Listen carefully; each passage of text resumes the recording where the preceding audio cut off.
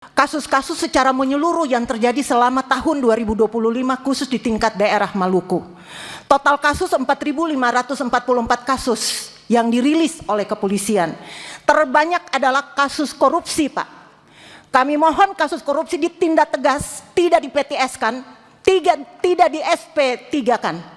Kami berharap ini ditindak tegas karena ini berkaitan dengan kasus korupsi APBD baik provinsi, kabupaten, kota, kasus korupsi dana BOS, kasus korupsi dana desa. Dan ini angkanya cukup fatal.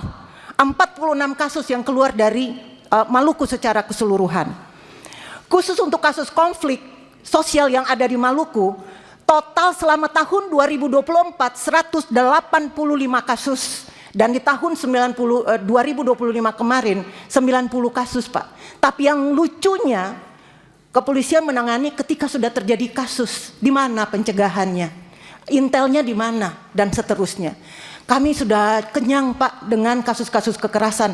Rumah dibakar, ladang dibakar, orang meninggal, harta benda habis dan seterusnya. Dan terus menerus berulang-ulang tak henti-hentinya. Dan kami berharap penegakan hukum harus tegas, Pak.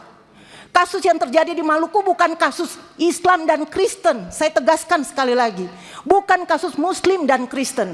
Kasus yang berkaitan dengan batas tanah ditarik ke urusan agama. Kasus yang berurusan dengan urusan sumber daya alam ditarik ke urusan agama. Oleh sebab itu kami minta dengan tegas untuk kepolisian memastikan kasus-kasus ini bisa ditangani mulai dari pencegahan. Tidak saja setelah kejadian baru penanganan.